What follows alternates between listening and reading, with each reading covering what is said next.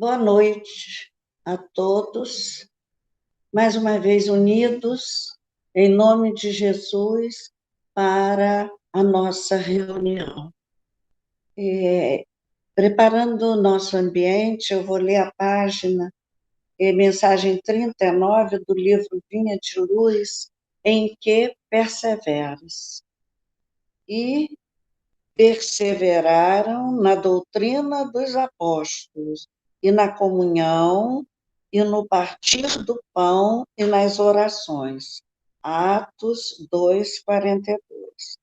Observadores menos avisados pretendem encontrar inteira negação de espiritualidade nos acontecimentos atuais do planeta. Acreditam que a época das revelações sublimes esteja morta, que as portas celestiais permanecem cerradas para sempre.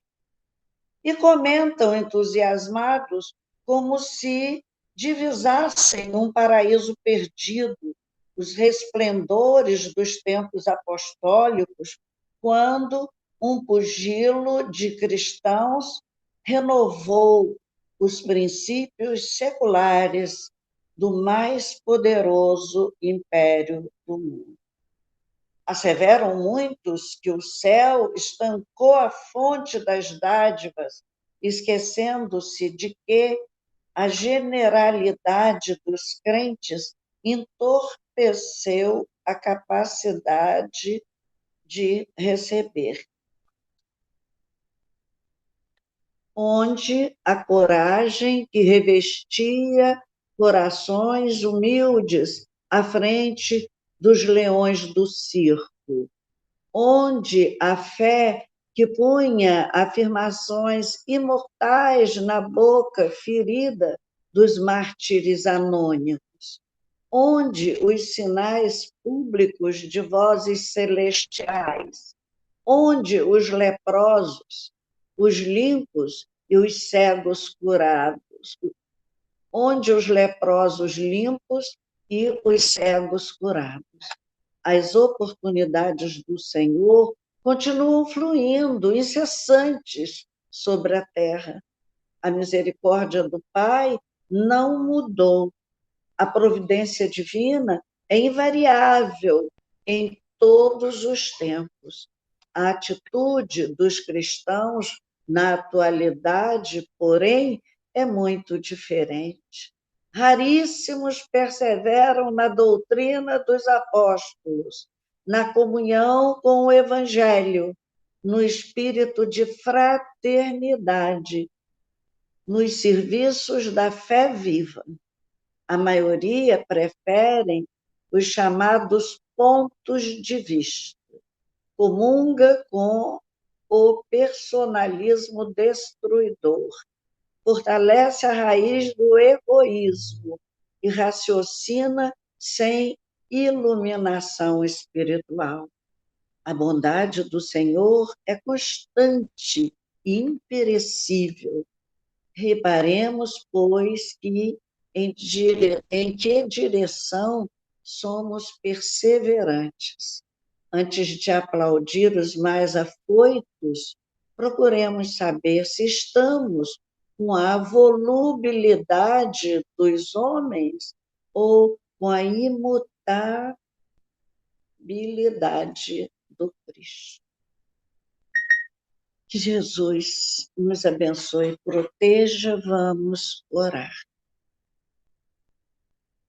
Senhor, no silêncio da oração, que ergue para nós um templo em que te louvamos, te agradecemos e te rogamos a paz, a calma, a perseverança para esses dias um pouco mais difíceis do que os que vivemos.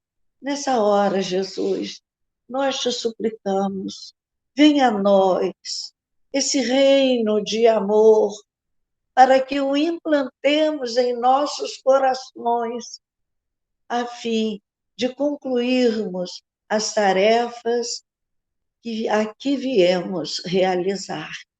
Vem até nós, Jesus, nesse instante, inspira-nos com o teu amor, dá-nos fé cada vez maior para resolvermos contigo as questões que nos aguardam nesse mundo de agora. Sê conosco, Senhor, e abençoa-nos os propósitos de melhoria contigo, hoje e sempre, que assim seja.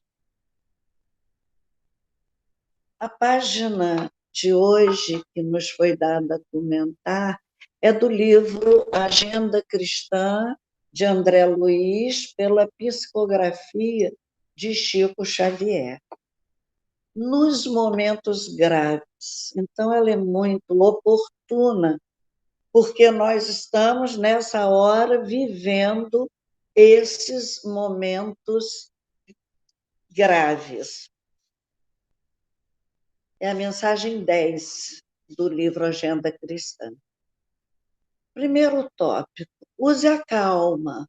A vida pode ser um bom estado de luta, mas o estado de guerra nunca é uma vida boa. Nós estamos num momento de muitas guerrinhas, em função de visões diferentes desse tempo, em função dessa pandemia que tem acirrado muito os ânimos das pessoas, o nosso despreparo para esse momento é grande. E nós, por qualquer coisa, em função de estarmos assim isolados, por qualquer coisa, nós nos agastamos com as criaturas. Estamos ansiosos, estamos medrosos também, muito medrosos, porque o sofrimento dessa pandemia é indescritível. Então, nós estamos no momento certo para lermos essa mensagem e analisá-la. A vida é um estado de luta constante, até o último minuto, mas não é um estado de guerra, né?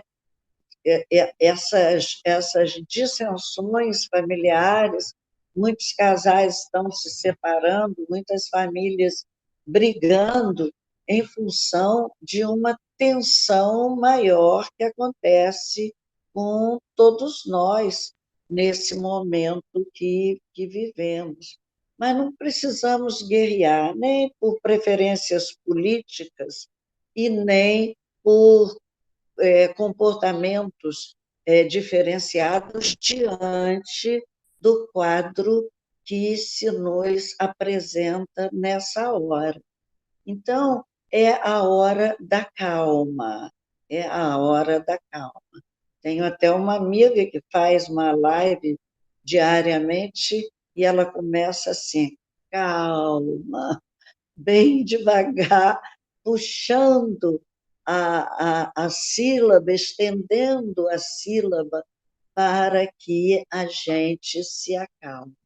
Então, não vamos viver agora um estado de guerra, porque esse estado em nada nos ajuda, e, ao contrário, aumenta a nossa tensão e nos desajuda, porque nos adoece. A gente acaba brigando, zangando com os amigos ou com os familiares e entramos num estado de a nossa ansiedade aumenta, a nossa raiva em determinados momentos, a ira só vai nos causar prejuízo, porque perdemos a calma para a resolução de outros problemas graves que aguardam a solução que pudermos dar.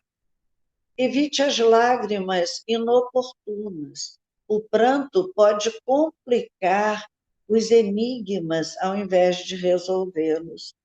A lágrima, diz Emmanuel, que muitas lágrimas poderiam ser secadas com o estudo consciente do Evangelho. Não é na lágrima que está o mal. A lágrima a gente deve chorar. Chorar faz bem. Chorar faz um desabafo que vem, que vai dar um alívio ao nosso espírito. Jesus chorou, contemplando a dor de Marta e Maria, antes da ressurreição de Lázaro. Jesus chora, é o menor versículo do Evangelho. 2 palavras apenas. Foi a sensibilidade de João. Jesus chorou. Então, a lágrima, ela é benéfica. O que é maléfico é a revolta, que acompanha muitas das lágrimas choradas aqui na terra. Eu me lembro bem de um salmo que diz assim: o pranto pode durar uma noite, mas a alegria vem sempre pela manhã.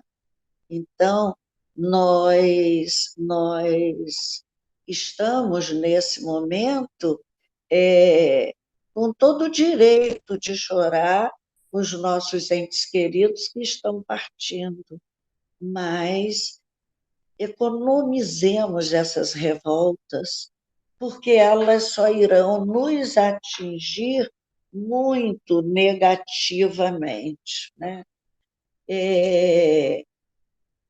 Terceiro item que ele aborda: se você errou desastradamente, não se precipite no desespero. O reerguimento é a melhor medida para aquele que cai. Então, se a gente erra, se a gente cai, toda vez que nós, desde criança, caímos tanto, qual era o nosso primeiro gestual? Era levantar o nosso corpo, era nos erguermos daquele tombo. Passava-se a mão no joelho ralado, né? Erguíamos e iam procurar a mamãe chorando, mostrando o joelhinho ralado, para que mamãe pusesse mertiolate, iodo, mercúrio, cromo. No meu tempo era assim.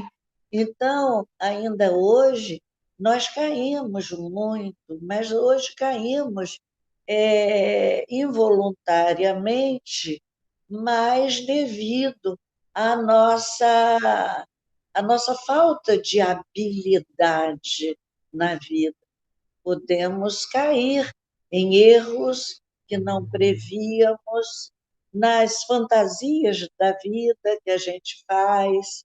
Nós fantasiamos muito, nós buscamos felicidade de maneira muito complexa, muito errada.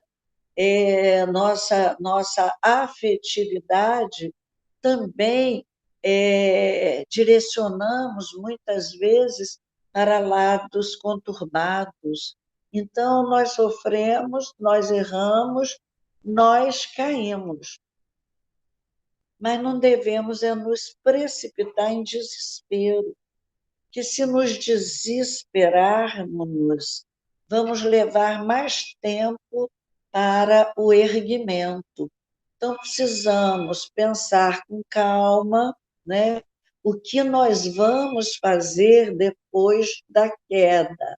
A gente se reergue, que é a melhor medida para quem cai, diz André Luiz. Então, a primeira e a melhor medida é reerguermos-nos para, com calma, resolvermos as pendências que ficaram daquela queda, como íamos resolver com a nossa mãe o nosso joelhinho ralado, né? É a resolução. O primeiro passo é o nosso reerguimento.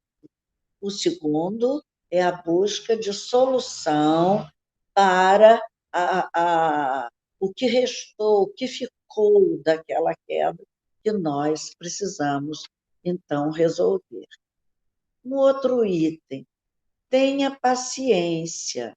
Se você não chega a dominar-se, debalde buscará o entendimento de quem não o compreende ainda. Se nós que achamos que a coisa não foi bem, né? E não está boa, e não está bem, e temos que manter a paciência.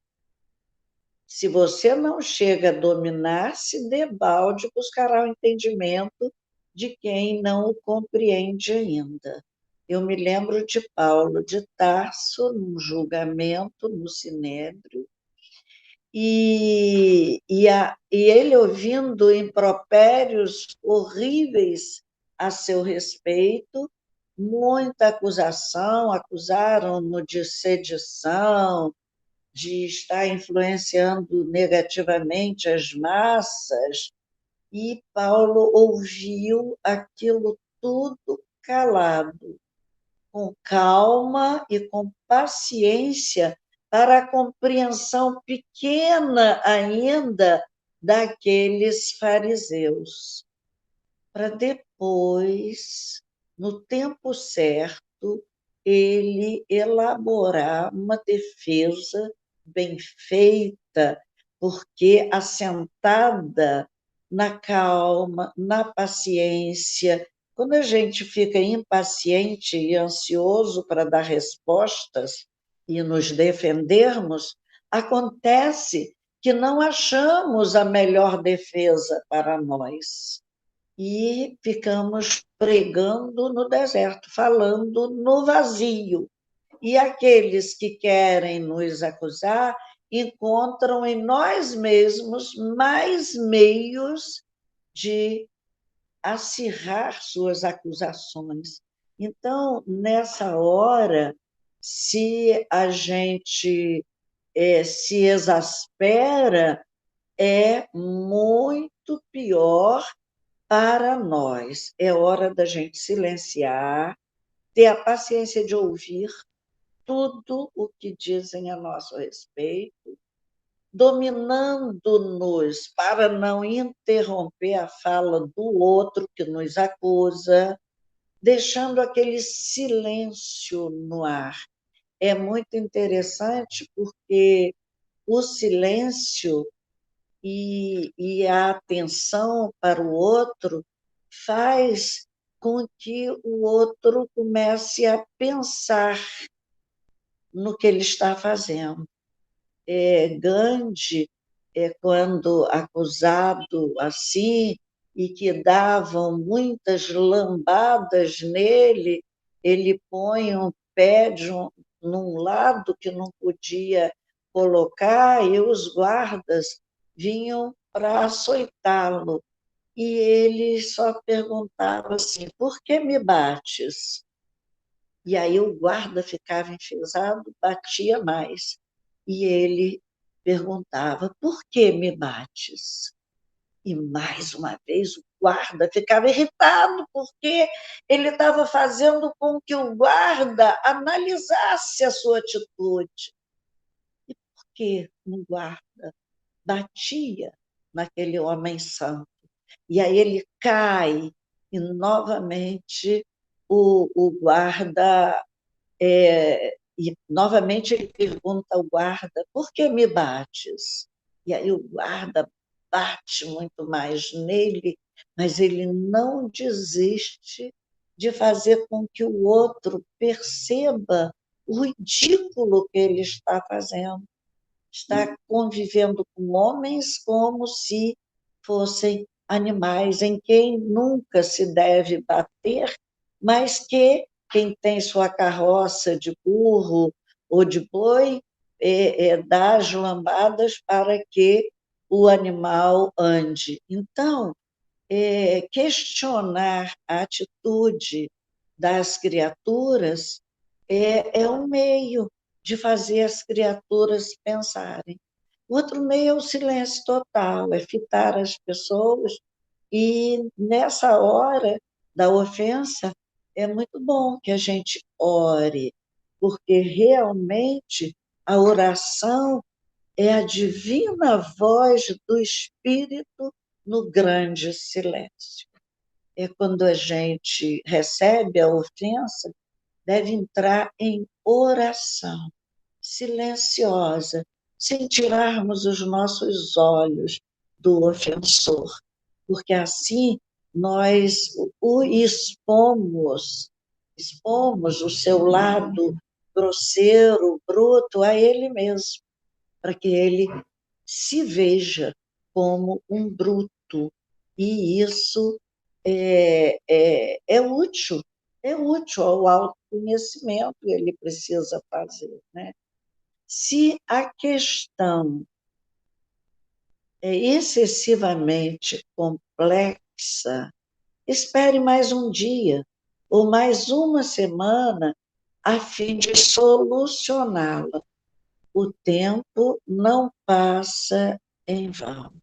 Então, muitas vezes, o assunto que nós temos a resolver é difícil para nós, não é? Nós não podemos resolver naquela hora. Então, a gente deve fazer até onde a gente possa resolver.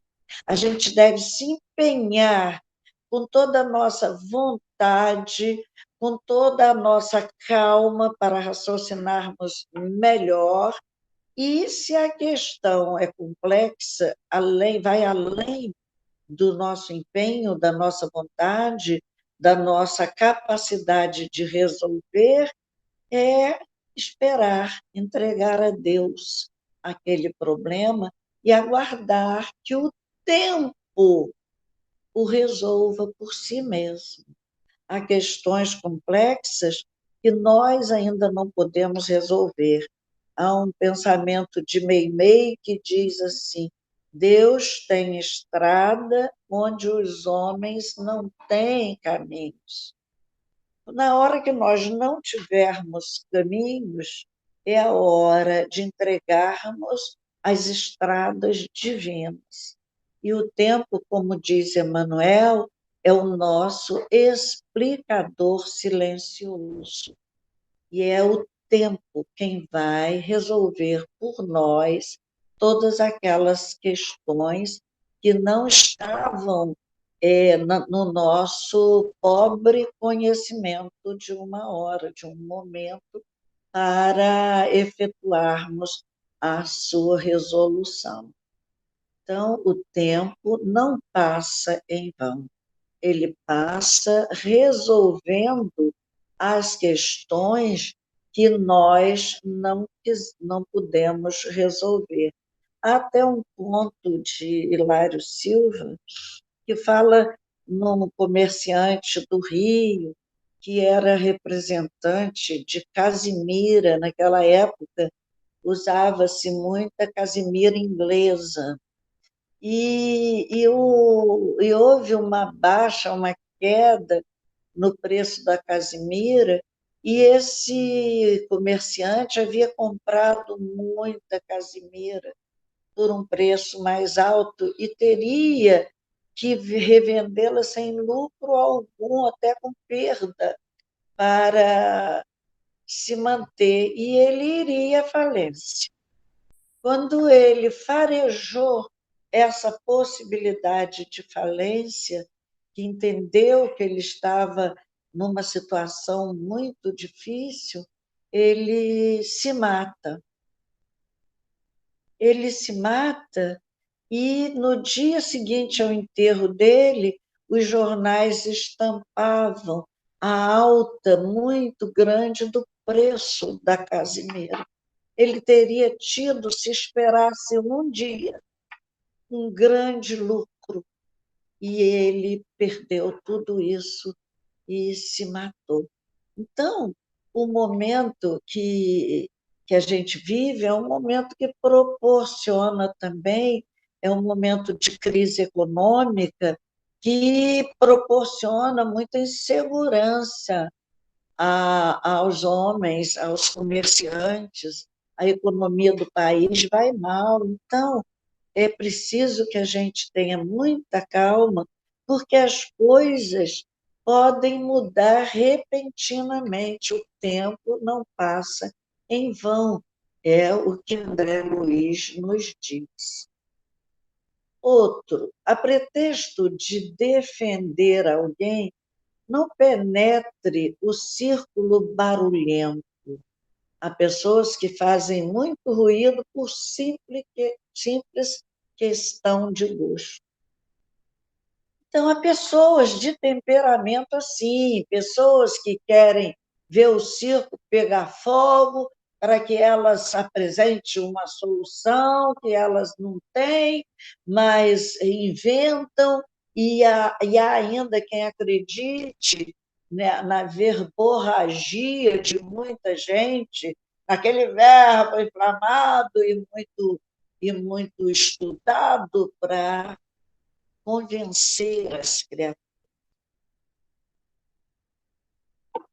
Então, para defender alguém, nós não precisamos entrar no círculo do barulho, da balbúrdia, como acontece agora, nesse momento que nós estamos vivendo, essas opiniões, essa diversidade de opinião política, né, gerando conflitos familiares, e nós não precisamos defender os nomes que aí estão. Isso é uma questão deles, eles é que precisam se defender nessa hora. E nós não devemos entrar nesse ruído, porque há pessoas que gostam disso e vão guerrear na vida, vão procurar seus opostos para fazer valer a sua opinião. No fundo, o que elas querem é chamar a atenção para si mesmas. A opinião dela é que é a certa, é que é a correta. Então, é um momento que a gente, quem tem algum juízo, precisa evitar contendas, porque só acirra a situação triste em que já vivemos, só aumenta a nossa carga vibratória já de si mesma muito pesada. Nós não precisamos de mais vibrações de mágoa, de ódio, de dissensão, de exibicionismo, como quem mostra que mais conhece, quer mostrar conhecimento que tem. Então, há criaturas fazem muito ruído, mas por gosto de fazer ruído. Não devemos seguir essas criaturas. Jesus está aí para nos dizer isso. Eu sou o bom pastor. E se é o bom pastor, devemos seguir suas instruções. Outro item: seja comedido nas resoluções e atitudes. Nos instantes graves, nossa realidade espiritual é mais visível. Então, a prudência, o ser mais comedido, pensar antes de falar, antes de agir, antes de tomarmos alguma atitude, porque é nesses instantes graves, como esse que nós estamos vivendo, que a gente mais se mostra. A gente acaba tirando a capa protetora e a gente se mostra tal qual a gente é. Então, devemos preservar as criaturas de nosso lado pequeno, mesquinho, bruto, que todos nós ainda trazemos essas heranças do homem que fomos ontem.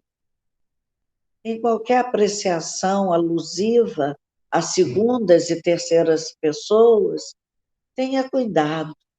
Em outras ocasiões, outras pessoas serão chamadas a fim de se referirem a você. Então, se formos chamados para emitirmos nossa opinião a respeito de qualquer pessoa, pensemos que outras pessoas vão também dar seu testemunho a nosso respeito. E nós não somos nenhum diamante, nem bruto e nem lapidado. Nós estamos todos em fase de construção, não estamos prontos ainda. Estamos sendo construídos no dia a dia, na dor, não é? Nas experiências, e não podemos apontar falhas nas outras criaturas, até para não nos mostrarmos tais quais somos. Porque nós só apontamos nos outros as falhas que nos incomodam, aquilo que já temos, que nós temos, mas que não gostaríamos de ter. E é essas falhas que nós vemos nos outros. E todo mundo sabe, o bom julgador, por si, julga os outros. Nós apontamos justamente os nossos erros nas outras pessoas. E quem nos vê apontar erros, com certeza vai saber que nós também trazemos aqueles erros. Em hora alguma, proclame seus méritos individuais, porque qualquer qualidade excelente é muito problemática no quadro de nossas aquisições. Lembre-se de que a virtude não é uma voz que fala, e sim um poder que irradia. Bonito isso. A virtude não é uma voz que fala, é um poder que irradia. As nossas virtudes, aquelas que já consolidamos, porque muitas estão ainda em processo de consolidação. Essa consolidação não foi efetivada totalmente ainda. E nós todos, não é? Muitas vezes ficamos felizes de já termos vencido um determinado defeito, porque lutávamos em prol de seu vencimento, né? Mas, mas não trazemos ainda consolidadas em nossas personalidades atuais aquilo que queríamos consolidar. Cada um traz o seu ponto nevrálgico, cada um traz aquilo que André Luiz chama de ponto de luta. É aquele ponto frágil que nós temos que combater dia a dia, educando-nos através de novos exercícios para vencermos esses defeitos. Então, não devemos proclamar nenhum mérito individual, até porque isso é contrário às lições que Jesus nos trouxe. Ele conta a parábola do fariseu e do publicano, né? O publicano orava no templo e dizia e pedia a Deus, né, que perdoasse. O publicano dizia: Senhor, tem piedade de mim, pecador. Pedia piedade divina para os seus erros. E o publicano falava em voz alta que ele dava o dízimo. Eu não sou como esse publicano que está aí, eu pago meus dízimos, dou o meu dízimo para a igreja e tal, tal, e tal, falando de atitudes óbvias, fáceis, enquanto o outro reconhecia que era ainda uma criatura que não vencera suas dificuldades. Então, a prece do publicano, essa que nós devemos fazer diariamente, pedindo a Deus a sua compaixão para nós, nessa época, de vencer os nossos próprios erros. Lembre-se de que a virtude não é uma voz que fala. Adorei isso, adorei. Nós todos caímos, nós todos erramos, e não podemos apregoar a virtude. Me lembro que Chico mostrou uma virtude muito grande certa vez, quando alguém pediu a ele cuidado para ele não cair. E ele respondeu: eu não posso cair, porque eu nunca me levantei. Mostrou ao irmão questionador, preocupado com a tarefa de Chico, em vez de se preocupar com a sua vida, a sua tarefa, vai oferecer a Chico conselho. E Chico responde humildemente: não, meu irmão, eu não posso cair, porque eu nunca me levantei. É a prece do publicano, é a prece da humildade, que é para nós ainda vencer, né? Esse orgulho que nós trazemos na alma. Então, as questões mais difíceis, mais complexas, vamos deixar para que o Senhor resolva, para que o tempo passe, porque a cada dia tudo muda, como na história do homem que se suicidou pela baixa da Casimira, o comerciante. Então, meus irmãos, a hora é de paz, a hora é da gente fuxicar em nosso interior um cantinho, uma reserva de calma, de harmonia, de paz, para enfrentarmos os momentos que não são de guerra, mas são de luta, momentos de luta e não de guerra. Que Jesus nos ajude a aperfeiçoar o nosso agir, as nossas atitudes na Terra. Vamos orar. Senhor, nós te agradecemos as bênçãos dessa noite, as alegrias do conhecimento evangélico. Agradecemos a André Luiz e a Chico Xavier, que juntos nos legaram uma página tão oportuna nos dias atuais, uma página que nos remete a nós mesmos, em nossos fazeres cotidianos, na forma com que nós agimos nos momentos mais graves de nossa vida. Que esses conselhos, meu Deus, meu Pai, possam ser introjetados firmemente em nós, em nosso consciente, para que trabalhemos dia a dia a nossa calma, a nossa paz, a nossa paciência. Louvado seja nosso Senhor Jesus Cristo, que nos deu todas essas orientações. Que a paz de Jesus nos abençoe e siga conosco, agora e sempre. Que assim seja.